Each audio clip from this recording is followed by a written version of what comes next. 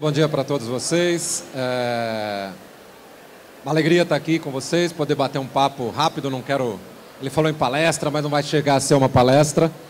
Eu quero muito mais contar um pouquinho para vocês da minha carreira. E depois disso, a gente vai poder bater papo, abrir para perguntas, enfim, para as inquietações de vocês. Eu vou só contar um pouquinho de como eu decidi pela minha carreira de jornalista, como eu vim parar até ser narrador esportivo.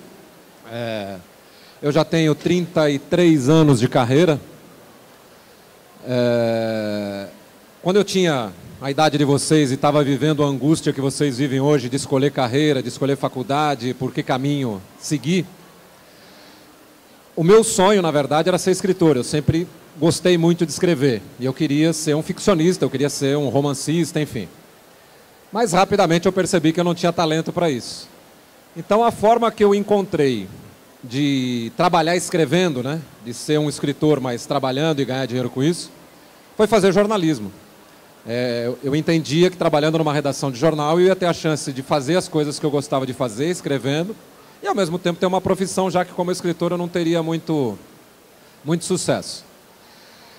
Mas naquela época a gente não tinha eventos como esse aqui, né? Então eu me lembro que quando eu tinha minhas dúvidas, meus anseios, minhas inquietações, eu cheguei a escrever cartas para jornalistas importantes daquela época, isso lá em 75, 76, quando eu estava concluindo o segundo grau, exatamente para tentar encontrar um caminho, né? E vários deles me responderam, enfim, aquilo foi muito importante, por isso que eu acho legal estar aqui hoje, para conviver um pouco com vocês, para tentar, com algumas respostas aí, quem sabe alguém tem aí a vontade de ser jornalista. Então foi assim que em 1978, eu entrei na faculdade de jornalismo na Universidade de São Paulo, e tão logo eu comecei a fazer a faculdade, eu comecei a ficar antenado nas coisas que poderiam aparecer para trabalho, né, para estágio, para trabalho e tal. Na época eu morava em Jundiaí, uma cidade que fica aqui a 60 quilômetros de São Paulo. Estudava em São Paulo, eu viajava todo dia para vir à faculdade. E assim, eu estava com 2, 3 meses de faculdade, quando saiu um anúncio no jornal lá em Jundiaí, no jornal de Jundiaí, que existe até hoje, pedindo repórter. E eu, na maior cara de pau, fui lá e me apresentei, né, embora eu só tivesse 2 meses, 3 meses de faculdade. Enfim, acabei ficando, acabaram me contratando, e mesmo ainda fazendo faculdade, eu já comecei a trabalhar em redação de jornal. Um ano depois, o mesmo grupo que tinha o jornal tinha uma rádio, precisaram lá de um repórter de esportes na rádio, fui trabalhar na rádio também, passei a ter 2 empregos, continuava fazendo faculdade, aí mudei faculdade para a noite para poder trabalhar durante o dia, e foi assim que eu vim trabalhar no Estadão, na economia do Estadão, e essa é uma coisa que depois a gente pode até conversar, né? Hoje todo mundo me vê como jornalista esportivo, como narrador e tal, mas eu já fiz muitas outras coisas antes, porque eu acho importante a gente não ter dentro da profissão preconceito contra nada, né? Então eu nunca me interessei por economia, mas a chance que eu tinha de vir para São Paulo trabalhar num grande jornal, a chance que apareceu foi com economia. E eu me atirei, né? Falei, a minha chance de ir para São Paulo é agora, eu vou agora e vou na economia e vou me virar, vou estudar para poder desempenhar essa função. Praticamente ao mesmo tempo, assim, com um pequeno intervalo entre uma coisa e outra, eu vim trabalhar na Rádio Jovem Pan em São Paulo. Eu já fazia lá em Jundiaí programa de variedades de manhã, que é uma outra coisa, né, que não tinha nada a ver com esportes, era um programa de variedades. Um diretor da Jovem Pan me ouviu fazendo programa lá em Jundiaí um fim de semana e me convidou, eu vim trabalhar em São Paulo, então eu fiquei um tempo ainda trabalhando nas duas coisas aí, em jornal e em rádio. É interessante observar aqui que a minha pretensão sempre foi jornal, porque eu gostava de escrever, eu queria escrever, mas a carreira me levou para o rádio, né, porque tinha uma rádio lá que pertencia ao jornal. E quando eu vim para São Paulo, para a Jovem Pan, para a rádio, o trabalho na Rádio Jovem Pan me levou para a televisão, porque eles estavam começando na época o projeto da TV Jovem Pan, que já nem existe mais, já é um trabalho que foi extinto e tal, mas que foi o primeiro lugar onde eu narrei esportes em televisão, foi ali que me abriu o caminho para depois ir para a ESPN Brasil, depois para o Sport TV e para a TV Globo, onde eu estou já há 7 anos. Aqui tem algumas lembranças da época, né? Ali na rádio lá em Jundiaí ainda, com o Jair Meneghelli, que na época era o presidente da CUT. Aqui, como vocês podem ver, um dia eu já tive muito cabelo. Naquela época ainda se escrevia com máquina, isso tudo é em rádio lá em Jundiaí. Aqui a equipe de esportes da rádio Santos Dumont, também lá em Jundiaí. Isso é tudo anos 70, anos 90. Aqui já é ESPN Brasil, para onde eu fui em 1995, o canal estava começando, era um projeto que estava começando. Então aqui é uma transmissão na Vila Belmiro, aqui é a Copa do Mundo de 98. Esse é o dia da final da Copa do Mundo de 98.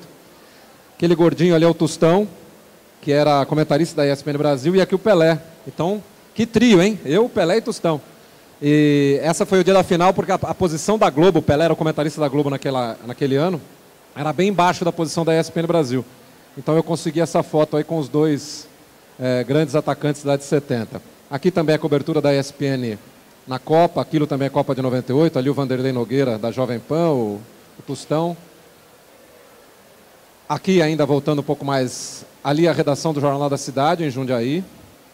Aqui é a Jovem Pan, o estúdio da Jovem Pan, onde eu fazia programa, ali o pessoal da Jovem Pan, o Carbone, que hoje é diretor da Bandeirantes, o Luizão, que era o chefe da parte técnica. Isso aqui é tudo Rádio Jovem Pan. Aqui foi a Olimpíada de 2004, né? Eu fui para... Agora em Londres eu completei minha 4ª Olimpíada em loco. Aqui é a 2ª de Atenas.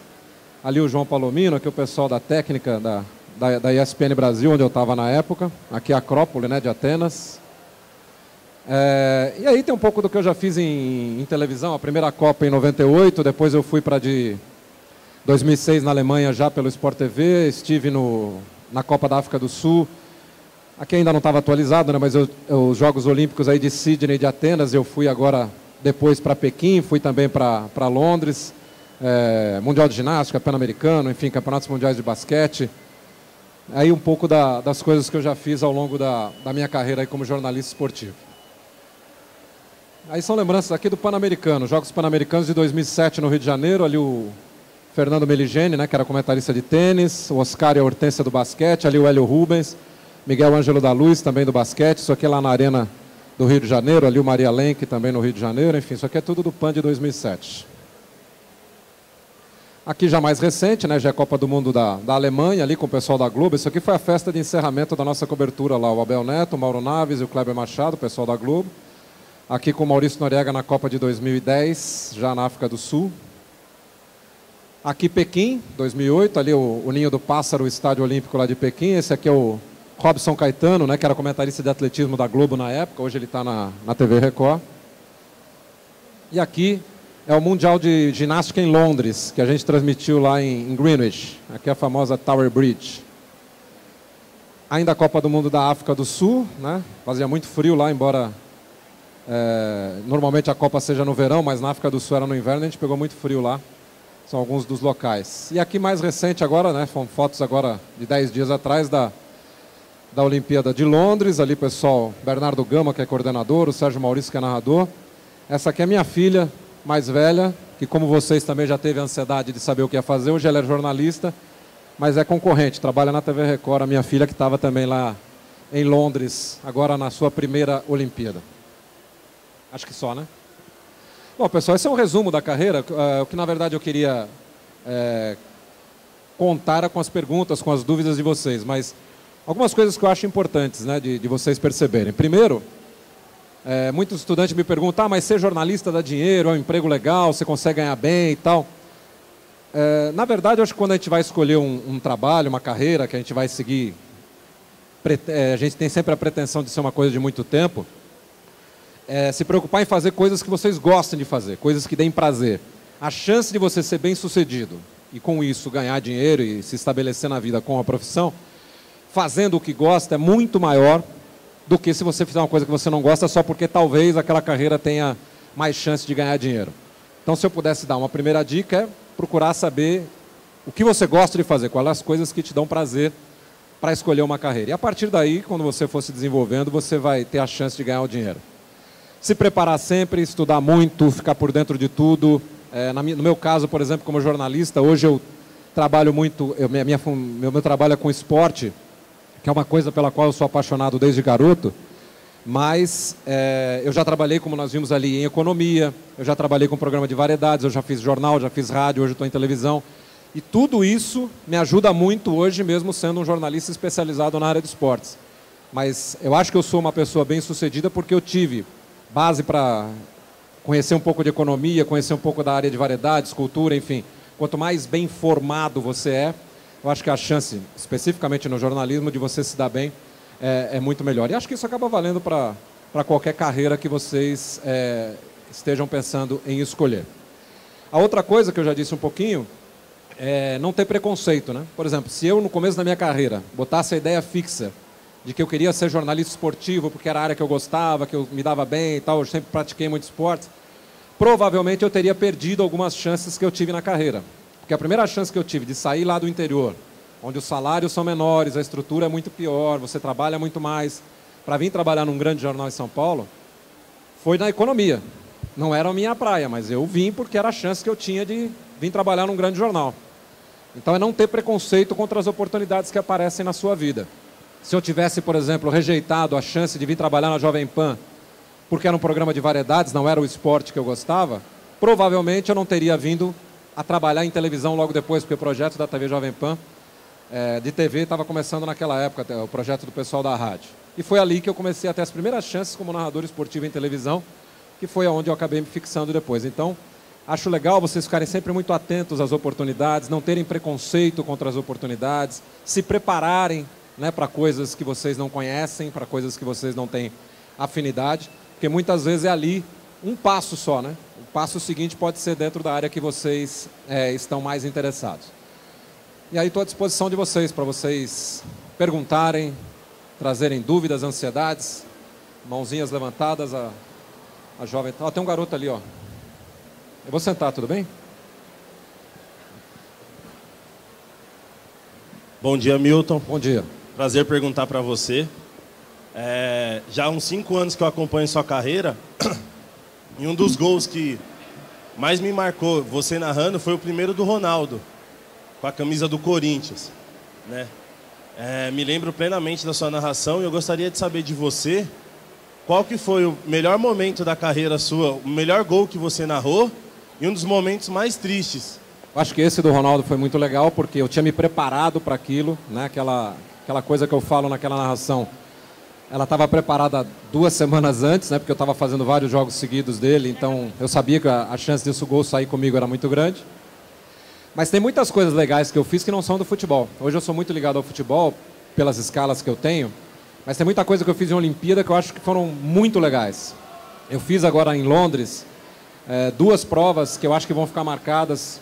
Uma foi os 200 metros do Bolt, quando ele ganha a 2ª medalha de ouro na Olimpíada, que eu também preparei uma narração para aquele dia, porque eu sabia que ele ia ganhar e eu queria fazer uma coisa diferente. E o dia que o Phelps ganhou as 2 medalhas e que ele superou a marca de maior medalhista olímpico. Eu também preparei uma narração especial para aquele dia e eu acho, pelo menos, que ficou muito legal.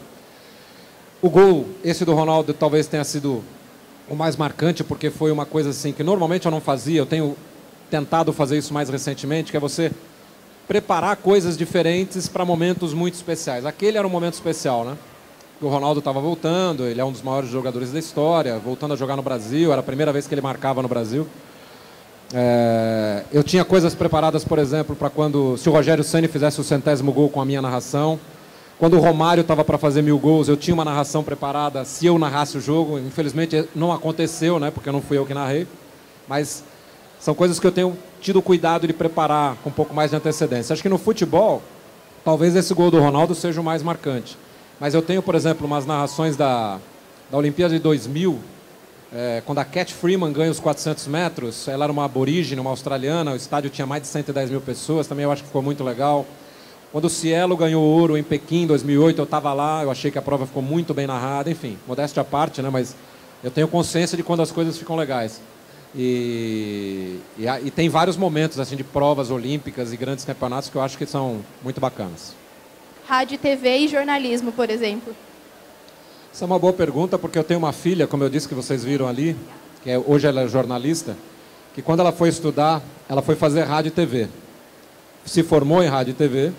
Aí quando ela entrou no mercado, inclusive ela foi estagiária da Globo, ela trabalhou em vários lugares, ela sentiu muita dificuldade, porque como formada em rádio e TV, ela não tinha acesso à redação, produção, edição, texto, enfim. Então depois ela ainda foi fazer jornalismo, ela achava mais completo, né? O que eu sinto, né, dos lugares que eu trabalhei, é que o rádio e TV te dá uma formação e você vai ter muita chance em trabalhar na área mais operacional. É o que acontece na Globo, por exemplo. O pessoal de rádio e TV trabalha no que a gente chama lá de GEROP, né? Que é a gerência de operações da Globo. Como jornalista, você acha que tem um leque um pouco maior. Porque aí você tem chance de redação, de escrever, de falar, de reportar, enfim. Mas aí depende muito, eu acho, das aptidões que você tem, né? Tem muita gente que é muito boa na área operacional, que vai se dar muito bem fazendo rádio e TV. Bom dia. Eu queria perguntar qual que é a diferença para fazer uma transmissão aqui no Brasil e lá fora, como você fez na Eurocopa. E eu queria fazer um pedido, eu sou fã dos seus bordões, pode fazer o que beleza para todo mundo ver aí? Que beleza, tá bom?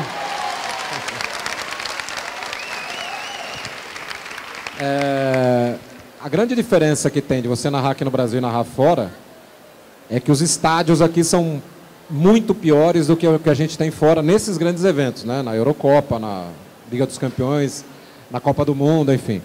O grande problema é que os nossos estádios são muito antigos, tem pouca manutenção, então, em geral, as cabines são muito pequenas, muito ruins. Para você ter uma ideia, a TV Globo, por exemplo, quando ela vai transmitir um jogo em qualquer estádio, ela leva muito equipamento. É mesa de áudio, é câmera, é tirateima, é não sei mais o quê.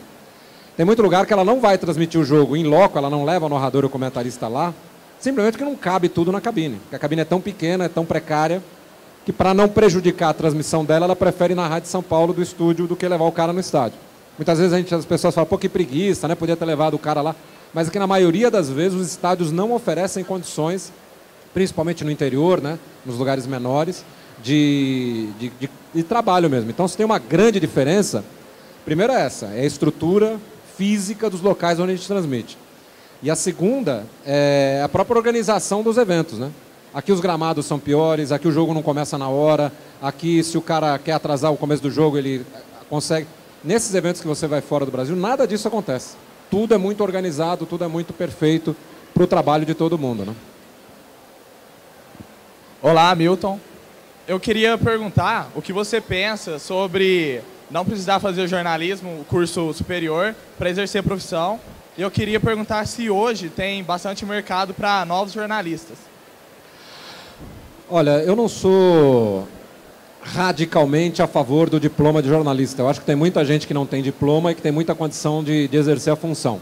Por exemplo, você pensa o Tostão, que nós vimos ali, que hoje é considerado um dos mais importantes colunistas do Brasil e que não é jornalista. O Tostão é médico de formação, fez psicologia depois. E seria muito ruim a gente não ter o Tostão como colunista só porque ele não é jornalista. Agora, o que eu acho é que a gente deveria ter uma formação mínima. Então, por exemplo, eu acho que para ser jornalista o cara tem que ter um nível superior. Não precisa ser necessariamente a faculdade de jornalismo, mas o cara ter uma graduação superior. Porque às vezes um médico, Drauzio Varela, por exemplo, vai dizer que ele não é bom escrevendo. É só ler a coluna dele na Folha que você sabe que ele é muito bom escrevendo. Ele não é jornalista, ele é médico.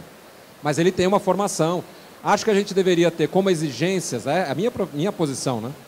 Primeiro, ter um curso superior, qualquer que fosse, e a pessoa teria que passar por um exame de habilitação, tipo OAB, tipo o CRM dos médicos. Ou seja, eu sou médico, eu quero ser jornalista, eu quero ter uma coluna em jornal, eu faço lá um teste, eu faço uma prova, eu faço um exame que me habilite como jornalista, eu recebo lá um registro de jornalista. Eu acho que seria um caminho mais bem resolvido do que simplesmente obrigar a pessoa a fazer um curso de jornalismo, que muitas vezes é muito ruim, né? Hoje a gente teve uma proliferação de faculdades muito grande, nem sempre os cursos são bons e te habilitam a ser um bom jornalista. Então, acho, em relação a essa questão do diploma, minha posição é mais ou menos essa. A outra coisa que você perguntou? Do mercado. Olha, desde que eu fui fazer faculdade, as pessoas diziam que o mercado estava saturado, que não tinha mais trabalho. Faz 33 anos que eu vivo disso. Então, acho que assim, para quem é bom, para quem se prepara, para quem se forma bem, sempre vai ter mercado. E de uns anos para cá, a gente teve uma inversão um pouco de lugares, né? Porque, por exemplo, antigamente as redações dos jornais eram muito grandes e tal. A tecnologia acabou suprimindo várias funções do jornalismo. Eu, por exemplo, quando vim trabalhar no Estadão, eu era o que eles chamam de copy desk, que é um redator. É o cara que pegava o texto do repórter, melhorava aquele texto, deixava ele em boas condições para sair no jornal, dava título, fazia as legendas e tal. Hoje esse cara não existe mais. Porque com o computador, o próprio repórter vai lá, fecha a matéria dele, legenda, título e tudo e manda para a oficina. O revisor também não existe mais, porque essa função, a matéria sai direto do computador da redação lá para a gráfica, né? Então algumas profissões foram sumidas, as redações de jornal diminuíram muito, as redações de rádio diminuíram muito, mas em contrapartida surgiram os sites de internet, os portais, enfim. Hoje a gente tem um outro mercado que está absorvendo muita gente jovem, enfim. Então, acho que nessa questão do mercado, a grande questão é, se eu sou bom, se eu sou bem informado, se eu estou por dentro da minha profissão, eu acho que vai ter sempre emprego e as pessoas vão conseguir sempre trabalhar. Olá, Milton. Tudo bem? Tudo bom. Duas perguntinhas. A primeira, eu não sei se vai ser possível você responder, porque a gente está num ambiente cheio de unidades, né? Cá entre nós, fechem as portas. Se há alguma faculdade que você tenha conhecimento, que você prefira, que você indicaria para quem quer seguir o jornalismo, esteja aqui ou no Brasil inteiro, se você conhece. E a segunda, para um jornalista, seja de preferência alguém que queira entrar na Globo, ou uma rede nacional ou internacional, preferência nacional, o que é essencial para um jornalista? A primeira é sobre faculdade? Isso, qual você indicaria? Eu não indico, assim, eu tenho muito pouco conhecimento dessa área, né? Quer dizer, quando eu fiz faculdade há 30 anos atrás, o quadro era um, hoje provavelmente é outro, né? Tem muita faculdade hoje que nem existia naquela época, então eu não tenho conhecimento desse mercado para te dizer onde é que estão os bons cursos hoje. Com relação à TV Globo, o que ela tem, principalmente para quem já está estudando, está na faculdade, é um programa de trainee, né? Que é o estagiário que chama. Então, se você entrar lá no site da TV Globo, tem as informações lá de como você faz para se inscrever e tudo mais e tal. Agora, o que eu acho fundamental nos dias de hoje, para qualquer empresa, não só para a TV Globo a gente sempre usa muito como referência porque ela é a terceira maior rede do mundo, então é óbvio que todo mundo quer ter a chance de trabalhar lá. Mas para qualquer empresa, eu acho que é fundamental não só conhecer um pouco da área, mas falar inglês, quanto mais línguas você falar, melhor. Quanto mais você dominar a linguagem da internet hoje, melhor, enfim. Quanto mais instrumentos você tiver, eu acho que a chance de você se dar bem na Globo ou em qualquer lugar é muito grande. Bom dia, Milton. Bom dia. Queria falar primeiro que sou um grande fã, principalmente por a pitada de humor que você dá em sua narração, nos seus textos. E eu queria que você traduzisse em palavras a sensação, aquele sentimento que você tem em cobrir todos os grandes eventos, a Olimpíada, a Eurocopa, Copa do Mundo, etc. Eu queria que você falasse pra gente como que estar num dos maiores eventos do mundo esportivo. Para mim, pessoalmente, é a realização de sonhos, né? Porque quando eu era adolescente, eu sempre pratiquei muitos esportes. Um dos que eu mais me dediquei foi o voleibol, joguei muito tempo e tal. E eu, naquela época, eu imaginava ir para uma Olimpíada jogando voleibol pela seleção brasileira, enfim. Também não tive talento para tanto, acabei não indo e hoje eu me realizo indo como jornalista. Para quem nunca teve a chance de chegar perto, quando você vai num primeiro grande evento, ou numa Olimpíada, ou numa Copa, ou num desses campeonatos mundiais, é um choque muito grande, porque é muito diferente, né, do que a gente está acostumado a ver aqui no Brasil. Acho que o fato de a gente ter Olimpíada e Copa do Mundo aqui agora vai servir um pouco para a gente quebrar isso, né? Porque a gente nunca teve essa chance. Para quem gosta de esportes, como eu, para quem gosta de jornalismo, como eu acho que não tem sensação melhor do que você entrar pela primeira vez num recinto olímpico, seja um ginásio, seja a Vila Olímpica, seja num estádio de Copa do Mundo, não tem sensação igual. Eu me lembro que a primeira vez que eu fui foi na Copa da França, lá em 98, e eu estava extasiado, né? Eu achava aquilo um espetáculo.